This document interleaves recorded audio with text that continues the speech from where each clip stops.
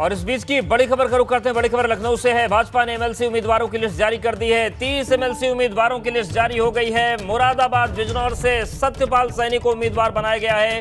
वहीं रामपुर बरेली से कुंवर महाराज सिंह उम्मीदवार बनाए गए हैं। तो 30 एमएलसी उम्मीदवारों की लिस्ट जारी हुई है। पूरी लिस्ट भी आपको बताएंगे, लेकिन इस वक्त की बड़ी खबर यह है कि भाजपा ने एमएलसी उम्मीदवारों की लिस्ट जारी कर दी है और 30 उम्मीदवारों की लिस्ट जारी हुई है। ये इस वक्त की बड़ी खबर। तो भाजपा ने एमएलसी उम्मीदवारों की लिस्ट जारी कर दी है और कौन कहां से भी हम आपको बताएंगे विस्तार से, लेकिन 30 एमएलसी उम्मीदवारों की लिस्ट जारी हो गई है। ये इस वक्त की बड़ी खबर। रामपुर बरेली से कुंवर महाराज सिंह को उम्मीदवार बनाया गया है। अनुभव हमारे साथ जुड़ गए। अनुभव, 30 लोगों की लिस्ट जारी हो गई है। हाँ बिल्कुल, देखिए ये जो 35 स्थानीय निकाय प्राधिकार क्षेत्र है उसके लिए 36 सीटों पर ये वोटिंग होनी है। 9 तारीख को वोट डाले जाएंगे, 9 अप्रैल को, और नामांकन की जो तारीख है वो पहले 19 तारीख थी, फिर इसको 21 तारीख किया गया। और बीजेपी की ये लिस्ट हमने एबीपी गंगा ने पहले बताई थी कि आज ये जारी हो जाएगी। प्रदेश अध्यक्ष स्वतंत्र सिंह से भी हमने आज जब बात की थी, उन्होंने कहा था कि आज ये लिस्ट जारी हो जाएगी। 30 नाम घोषित कर दिए गए हैं और कुछ जो महत्वपूर्ण नाम हमें दिख रहे हैं, अगर हम उनकी चर्चा कर लें, जैसे आप देखिए रायबरेली स्थानीय प्राधिकार क्षेत्र में दिनेश प्रताप सिंह जो एमएलसी हैं उनको बनाया है उम्मीदवार। इसके अलावा प्रतापगढ़ स्थानीय प्राधिकार की बात करें तो हरि प्रताप सिंह को बनाया है। और पूर्व सांसद की अगर हम बात कर लें तो जिस तरीके से अगर हम आपको बताएं, एबीपी गंगा ने शाहजहाबाद स्थानीय प्राधिकरण हरिओम पांडे जो पूर्व सांसद है उनको वहां पर बनाया है। साथ ही साथ जो लोग समाजवादी पार्टी के कुछ एमएलसी जो चुनाव से पहले सपा छोड़कर बीजेपी में आए थे उनको भी टिकट दिया है, उन्हें भी उम्मीदवार बनाया है। ऐसे भी नाम हमें नजर आ रहे हैं। रमा निरंजन को आप देखिए झांसी जालौन ललितपुर स्थानीय प्राधिकार की क्षेत्र की सीट है, वहां पर उम्मीदवार बनाया है। तो इसी तरीके से हमें ये 30 नाम अभी नजर आ रहे हैं। जैसे लखीमपुर खीरी स्थानीय प्राधिकरण की बात करें तो अनूप गुप्ता को उम्मीदवार बनाया, पार्टी पदाधिकारी है, चुनाव में अच्छा काम किया। और लखीमपुर की अगर हम बात करें तो सारी जो सीटें हैं वो बीजेपी ने जीत ली। तो कहीं ना कहीं जिस तरीके से ये कहीं पार्टी के लिए काम किया, जिस तरह से काम किया, तो वो सारी चीजें आपको अगर हम दिखाएं तो वो किया है। और हमें अगर लखनऊ स्थानीय प्राधिकरण की बात कर ले तो रामचंद्र प्रधान पूरे एमएलसी थे, बसपा की जब सरकार थी तब भी एमएलसी थे, फिर बसपा छोड़कर बीजेपी में आए थे। लंबे समय से कोशिश में थे कि किस तरीके से पार्टी उनको उम्मीदवार बनाए, और फिर अब आज जब ये लिस्ट आई है तो उसमें उन्हें उम्मीदवार बनाया है। तो ये क्वेश्चन बीजेपी की है कि कैसे इस बार ये जो 36 सीटों पर चुनाव होने जा रहे हैं इसमें ज्यादा से ज्यादा सीटों पर जीत हासिल करें। क्यों? क्योंकि विधान परिषद में अभी बीजेपी के पास बहुमत नहीं है, और अगर इन 36 में से ज्यादा सीटें जीतेगी बीजेपी तो फिर बहुमत में आ जाएगी। विधानसभा में तो अकेले 255 उसने सीटें जीती है, सहयोगियों के साथ उसकी संख्या 273 हो जाती है, लेकिन विधान परिषद में ये नंबर अभी नहीं है उसके पास। इसीलिए बीजेपी की कोशिश ये है कि सारे जो सीटें हैं वहां पर ऐसे उम्मीदवार लड़ाए जाए जो जीत सके। आप देखिए सांसद द्विवेदी भारतीय जनता युवा मोर्चा के प्रदेश अध्यक्ष सांसद द्विवेदी, उन्हें भी उम्मीदवार बीजेपी ने बनाया है। और पार्टी की कोशिश यही है कि जिस तरीके से जिन लोगों ने खासतौर से अगर हम चुनाव की बात करें बीजेपी को जो ये प्रचंड बहुमत मिला है उनमें भी भूमिका रही, ऐसे लोगों को भी पार्टी ने मौका दिया है जो स्थानीय निकाय के जो चुनाव उनमें। बिल्कुल अभिनव, हमारे साथ आप बने रहिए। एक बार फिर से दर्शकों को बता देते हैं, बड़ी खबर देखिए ये है कि एमएलसी उम्मीदवारों की लिस्ट जारी हो गई है और कौन कहां से ये भी आपको बता देते हैं। तो तस्वीर देखिए ये है बिजनौर मुरादाबाद से सत्यपाल सैनी, रामपुर बरेली से कुंवर महाराज सिंह, बदायूं से वागीश पाठक, सुधीर गुप्ता पीलीभीत शाहजहांपुर से उम्मीदवार हैं। हरदोई से अशोक अग्रवाल को बनाया गया है। सीतापुर से पवन सिंह चौहान हैं। और जो लिस्ट है प्रतापगढ़ से हरि प्रताप सिंह, बाराबंकी से अंगद कुमार सिंह, लखीमपुर से अनूप गुप्ता, लखनऊ उन्नाव से रामचंद्र प्रधान को उम्मीदवार बनाया गया है। वहीं बाराबंकी से अंगद कुमार सिंह, बहराइच से प्रियंका त्रिपाठी, रायबरेली से दिनेश प्रताप सिंह। और इस लिस्ट में आगे बढ़े तो प्रतापगढ़ से हरि प्रताप सिंह को पार्टी ने मौका दिया है। तो 30 एमएलसी उम्मीदवारों की लिस्ट आ गई है। आजमगढ़ से अरुण कुमार यादव, गोंडा से अवधेश सिंह, फैजाबाद से हरिओम पांडे एमएलसी उम्मीदवार बनाए गए हैं। गोरखपुर महाराजगंज से सीपी चंद, देवरिया से रतनपाल सिंह को बनाया गया है। बलिया से रवि शंकर पप्पू हैं और आजमगढ़ से अरुण कुमार यादव को बनाया गया है। फैजाबाद से हरिओम पांडे को बनाया गया है। गोरखपुर महाराजगंज से सीपी चंद। अनुभव, ये जो तमाम नाम है ये सामने आ चुके हैं। किन फैक्टर्स का, किन चीजों का ध्यान रखा गया विशेष तौर से? देखिए बिल्कुल कोशिश तो यही है, जो बात हमने पहले भी कही कि किस तरीके से ज़्यादा सीटें हासिल की जाए। क्यों? क्योंकि अभी विधान परिषद में बीजेपी के पास नंबर बहुमत का नहीं है, और अभी अगर देखें तो समाजवादी पार्टी की स्थिति बेहतर है। हालांकि 7 मार्च को जो 30 से ज़्यादा जो सपा के एमएलसी हैं जो स्थानीय निकाय से आते हैं, उनकी अब सदस्यता खत्म हो गई है, लेकिन ये जो चुनाव है इसमें बीजेपी अपनी पूरी ताकत लगा रही है। क्यों? क्योंकि उसको बहुमत मिल जाए। कुछ नाम जो आपने बताया, जिस तरीके से देखिए पूर्व सांसद हरिओम पांडे को उम्मीदवार बनाया, उनको टिकट नहीं मिला था 2019 में, फिर लगातार वो लगे हुए थे पार्टी में, उनको जो भी आश्वासन मिला होगा, पर अब जब चुनाव है तो उनको उम्मीदवार बनाया। प्रांशु दत्त द्विवेदी की हमने बात की, दिनेश प्रताप सिंह की हमने बात की, रमा निरंजन की हमने बात की, सीपी चंद को भी उम्मीदवार बनाया है बीजेपी ने। इसके अलावा देखिए जो तमाम सारे और भी लोग हैं, चंचल सिंह जो एमएलसी हैं, उनको फिर से एक बार उम्मीदवार बनाया है। तो पार्टी की कोशिश ये है कि कई सीटों पर जो वर्तमान एमएलसी हैं उनको ही मौका दिया है। कुछ लोग जो छोड़कर आए थे, हो सकता है तब उनसे बातचीत हुई रही होगी कि जब चुनाव होंगे तो आप ही कैंडिडेट होंगे, तो उस तरीके के भी हमें कुछ नाम नज़र आ रहे हैं। लेकिन अभी तकरीबन 5 से 6 नाम और घोषित पार्टी को करने हैं, और हो सकता है उस पर मंथन हो रहा हो किनको कहां पर उतारा जाए, इसीलिए अभी उनके नाम घोषित नहीं किए गए। लेकिन ये ज़रूर है क्योंकि 21 तारीख की नामांकन की अब आखिरी तारीख है। पहले ये 19 तारीख थी, पर चुनाव आयोग ने 2 दिन इसको बढ़ाया क्योंकि होली का त्यौहार था, बहुत सारे लोग उसमें व्यस्त थे, इसलिए इसको 21 तारीख बढ़ाकर किया है। और अब सोमवार को नामांकन का आखिरी दिन है, तो ऐसे में हमें उम्मीद है कि जो 5-6 नाम और आने हैं वो भी घोषित हो जाएंगे बीजेपी की तरफ से जल्दी।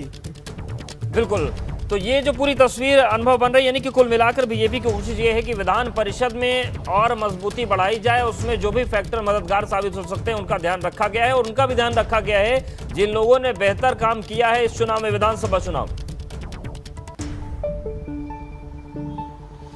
हाँ बिल्कुल बिल्कुल, ऐसा तो हमें लगता है। क्यों? क्योंकि देखिए इसमें आप देखिए अनूप गुप्ता वो पार्टी में प्रदेश पदाधिकारी हैं, उनको मौका दिया है पार्टी ने। प्रांशु दत्त द्विवेदी को आप देख लीजिए, लगातार चुनाव में वो लगे रहे, विधानसभा चुनाव में जगह जगह हो गए, जगह जगह युवा मोर्चा के लिए कार्यक्रम किए, युवाओं के बीच गए। तो हो सकता है कि पार्टी को लगा हो कि जिन लोगों ने अच्छा काम किया है चुनाव में, उन्हें भी मौका देना चाहिए। और एक मैसेज भी इससे ये जाता है कि बीजेपी ने जो पार्टी का कार्यकर्ता है उस पर भरोसा किया है, और इसीलिए उसको इन चुनाव में उम्मीदवार बनाया है। देखिए ये स्थानीय निकाय के चुनाव थोड़े अलग चुनाव होते हैं। इसमें जो वोट डालते हैं वो ग्राम प्रधान होते हैं, ग्राम पंचायत के सदस्य होते हैं, ब्लॉक प्रमुख होते हैं, जो अगर हम कहें जो जिला पंचायत अध्यक्ष होते हैं, जिला पंचायत सदस्य होते हैं, मेयर होते हैं, पार्षद होते हैं, ये सारे लोग वोट डालते हैं, और इनके वोट से ही जो एमएलसी हैं वो चुने जाते हैं। तो इससे ये भी कहा जाता है कि देखिए जो सत्ता में होगा वो अपनी कहीं ना कहीं सत्ता की जो चीज़ें मशीनरी उसका इस्तेमाल करके इन चुनाव को जीत लेता है। तो ये भी कहा जाता है, इस तरह की भी बातें बहुत हमने सुना है, खासतौर से जब चुनाव इस तरह के हों, स्थानीय निकाय के हों, स्नातक के हों, शिक्षक के एमएलसी के हों, तब ये बातें बहुत कही जाती हैं। लेकिन जब चुनाव होता है तो चुनाव होता है, उसमें हर पार्टी अगर कहें तो अपने उम्मीदवार खड़े करती है, और ये भी तो वोटर हैं, चाहे ग्राम प्रधान हो, ग्राम पंचायत सदस्य हो, बीडीसी हो, जिला पंचायत अध्यक्ष हो, मेयर हो, पार्षद हो, ये सब लोग भी तो वोटर हैं, और फिर वो जिसको वोट करते हैं वही फिर जीत कर आता है, एमएलसी बनता है। तो ऐसे कुल 35 जो हम कहें स्थानीय निकाय प्राधिकार क्षेत्र की सीटें हैं, एक जगह पर एक जिले में 2 सीटें आती है, तो उसकी कुल संख्या 36 हो जाती है। समाजवादी पार्टी ने भी कई सीटों पर हमने देखा जो उनके अभी तक एमएलसी रहे उनको मौका दिया है, तो बीजेपी ने भी ऐसे लोगों को मौका दिया है जो समाजवादी पार्टी छोड़कर ही आ गए थे जबकि उनका कार्यकाल अभी एमएलसी का बचा हुआ था, तो ऐसे लोगों को बीजेपी ने भी मौका दिया है। कुछ ऐसे लोगों को मौका दिया है जिन्हें 2019 में टिकट नहीं दे पाए, कुछ ऐसे लोगों को मौका दिया है जो 2022 में टिकट मांग रहे थे पर उनको तब विधानसभा का टिकट नहीं दिया, चुनाव में नहीं लड़ाया, तो उनको अब स्थानीय निकाय के चुनाव में बीजेपी उतार रही है। बिल्कुल, और अनुभव जिस तरीके से जो जनप्रतिनिधि हैं उनकी वोटिंग होती है, प्रधानों की बात करें, पार्षदों की बात करें, त्रिस्तरीय पंचायत चुनाव हुए थे, सबसे बड़ी कवरेज एबीपी गंगा ने की थी, लेकिन उसमें जो स्थिति थी कि तमाम जगहों पर बड़ी मजबूत स्थिति समाजवादी पार्टी की भी देखने को मिली थी। ऐसे में सपा भी बड़े आस लगा के बैठी है, शायद इसी वजह से अखिलेश यादव भी दावा कर रहे थे और जो तमाम सपा के नेता वो भी दावा कर रहे हैं कि इस चुनाव में वो कड़ी टक्कर देंगे और विधानसभा की हार की जो चोट है वो उसका चोट का जवाब भी देंगे।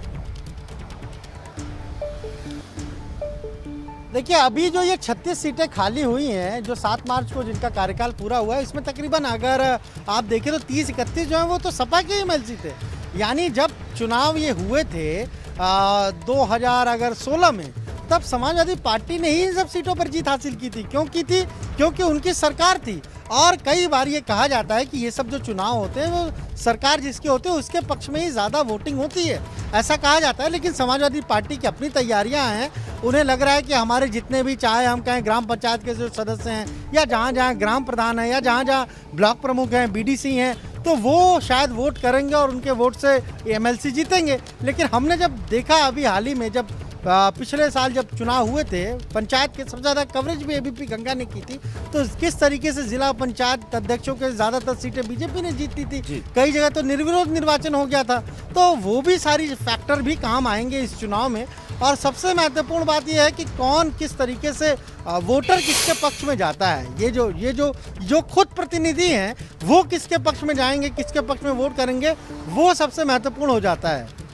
बिल्कुल, तो एक बार फिर से बता दें कि एमएलसी उम्मीदवारों की जो 30 लोगों की लिस्ट है वो भाजपा ने जारी कर दी है। 30 एमएलसी उम्मीदवारों की लिस्ट जारी हो गई है। और देखिए तो लगातार हम नाम भी आपको दिखा रहे हैं कि किसे कहां से टिकट मिला है। प्रतापगढ़ हरिप्रताप सिंह, बाराबंकी अंगद कुमार सिंह, बहराइच से प्रियंका त्रिपाठी, रायबरेली से दिनेश प्रताप सिंह, लखनऊ उन्नाव से रामचंद्र प्रधान, और जो अलग जिले हैं गोंडा में अवधेश सिंह, फैजाबाद से हरिओम पांडे, गोरखपुर महाराजगंज से सीपी चंद, देवरिया से रतनपाल सिंह, आजमगढ़ से अरुण कुमार और बलिया से रविशंकर पप्पू को मौका मिला है। गाजीपुर से चंचल सिंह, इलाहाबाद से केपी श्रीवास्तव, बांदा हमीरपुर जितेंद्र सिंह सेंगर और इटावा फर्रुखाबाद से प्रांशु दत्त द्विवेदी, झांसी जालौन मेरठ गाजियाबाद से धर्मेंद्र भारद्वाज हैं, गोंडा से अवधेश सिंह मंजू हैं और बुलंदशहर से नरेंद्र भाटी हैं। तो हम आपको नाम बता रहे हैं एक एक करके। हरदोई से अशोक अग्रवाल, सीतापुर से पवन सिंह चौहान, बदायूं से वागीश पाठक, रामपुर बरेली से कुंवर महाराज सिंह को मैदान में उतारा गया है। वहीं पीलीभीत शाहजहांपुर से सुधीर गुप्ता है। और जो 30 लोगों की लिस्ट है उसमें प्रतापगढ़ से हरप्रताप सिंह है, रायबरेली से दिनेश प्रताप सिंह है, अंगद कुमार सिंह बाराबंकी से हैं और बहराइच से प्रियंका त्रिपाठी हैं, लखीमपुर से अनूप गुप्ता हैं। तो ये वो लोग हैं जिन 30 लोगों को टिकट दे दिया है बीजेपी ने। 30 एमएलसी उम्मीदवारों की लिस्ट जारी हो गई है और ये एक नए सियासी जंग का आगाज हो रहा है। अनुभव, जिस तरीके से तमाम समीकरण काम करते हैं, लेकिन अब जब एमएलसी चुनाव आए हैं तो ये भी सपा के लिए बड़े महत्वपूर्ण है कि इसमें अच्छा प्रदर्शन हो, क्योंकि अखिलेश यादव बार बार दावा कर रहे हैं कि भले ही हम सरकार नहीं बना पाए लेकिन हमारे सीटें भी बढ़ी हैं, हमारा मत प्रतिशत भी बढ़ा है और जनता के बीच विश्वसनीयता हमारी बहुत ज्यादा बढ़ी है। उन दावों को दमदार बनाए रखने के लिए इसमें अच्छा प्रदर्शन जरूरी है। देखिए, बिल्कुल आपने ठीक कहा, क्योंकि अखिलेश यादव ने ट्वीट भी किया था। सबसे पहले ट्वीट किया था स्वामी प्रसाद मौर्य ने। उन्होंने ये कहा कि हमें ईवीएम में जहां हुए वहां वोट नहीं मिले और जब बैलेट से हुए तो हम इतनी सीटों पर जीत गए। और उसी के आधार पर अखिलेश यादव ने ट्वीट किया कि हमारा वोट परसेंटेज भी बढ़ा है, सीटें भी बढ़ी हैं। लेकिन राजनीति में, चुनाव में सबसे महत्वपूर्ण जीत होती है। जीत किसको मिली, कौन सरकार बनाने जा रहा है, ये महत्वपूर्ण हो जाता है। और ये चुनाव भी काफ़ी महत्वपूर्ण है। इसलिए महत्वपूर्ण है कि अभी विधान परिषद में जो संख्या थी समाजवादी पार्टी की, वो तकरीबन 50-51 के आसपास थी। यानी बहुमत में वहाँ पर समाजवादी पार्टी थी। और बीजेपी सरकार में तो थी लेकिन विधान परिषद में उसके पास बहुमत नहीं था। इसीलिए ये 36 सीटें बहुत महत्वपूर्ण हैं। अगर बीजेपी की ये कोशिश है कि हम ज़्यादा से ज़्यादा सीटें जीते ताकि हम बहुमत में आए, समाजवादी पार्टी की कोशिश ये है कि हमारे जो एमएलसी पहले थे उन लोगों को हम लड़ाएंगे। ज़्यादातर नाम हमें नज़र आ रहा है, जो खासतौर से टीम अखिलेश के लोग कहे जाते हैं, उनके नाम हमें नज़र आ रहे हैं। तो उनकी कोशिश है कि वो चुनाव जीते जिससे हमारा जो बहुमत था विधान परिषद में वो बरकरार रहे। पर महत्वपूर्ण तो वही है कि जो वोटर है इस चुनाव में, जो वोटर, देखिए आम जनता तो वोटर है नहीं, यहाँ पर वोटर अलग है। वो भी चुने हुए प्रतिनिधि हैं, वो भी पिछले साल जब चुनाव हुए तो चुने गए। अब वो किसके पक्ष में जाएंगे, किसके साथ जाएंगे, ये भी काफ़ी महत्वपूर्ण हो जाता है। एक नाम जरूर हम अगर आपको कहें, जो आजमगढ़ में आपने कहा अरुण यादव। अब अरुण यादव का आप देखिए, एक सीट 2017 में जब बीजेपी ने जीती थी तो अरुण यादव नहीं जीती थी, विधायक थे। इस बार जब चुनाव हुए तो रमाकांत यादव वो चले गए, बीजेपी छोड़कर सपा में चले गए, तो उस सीट पर सपा ने उनको उम्मीदवार बना दिया और अरुण बीजेपी में ही रहे। उन्होंने कहा कि मैं कहीं नहीं जाऊंगा। हालांकि रमाकांत यादव छोड़ कर चले गए थे, पर वहाँ पर जब टिकट देने की बारी आई तो वहाँ पर बीजेपी ने उस सीट पर फुलपुर पवई पर रामसूरत राजभर को चुनाव लड़ा दिया। अरुण फिर भी इंतजार करते रहे और अब अरुण का नाम हमें नजर आ रहा है, इस एमएलसी की जो लिस्ट आई है इसमें नजर आ रहा है। यानी जो बात हमने कही पहले भी कि जिन लोगों ने बेहतर परफॉर्म किया चुनाव में उनको भी मौका दिया है। जो लोग टिकट मांग रहे थे उनको टिकट नहीं दिया बीजेपी ने उस वक्त, उनको मौका दिया। और कुछ लोग ऐसे हैं जो पूर्व सांसद हैं, जो पूर्व विधायक हैं, उनको भी पार्टी ने मौका दिया है, उन पर भी भरोसा जताया है।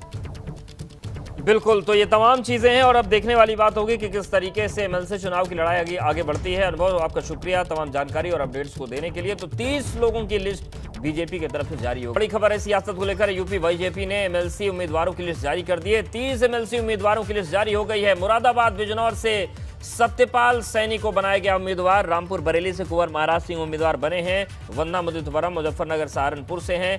तो 30 लोगों की लिस्ट जारी हो गई है। मथुरा एटा मैनपुरी से आशीष यादव आशु, बुलंदशहर से नरेंद्र भाटी, अलीगढ़ से ऋषिपाल सिंह को बनाया गया है एमएलसी उम्मीदवार। और मथुरा एटा मैनपुरी से ओम प्रकाश सिंह को बनाया गया है। मेरठ गाजियाबाद से धर्मेंद्र भरद्वाज बनाए गए हैं प्रत्याशी। तो ये लिस्ट आपके सामने है।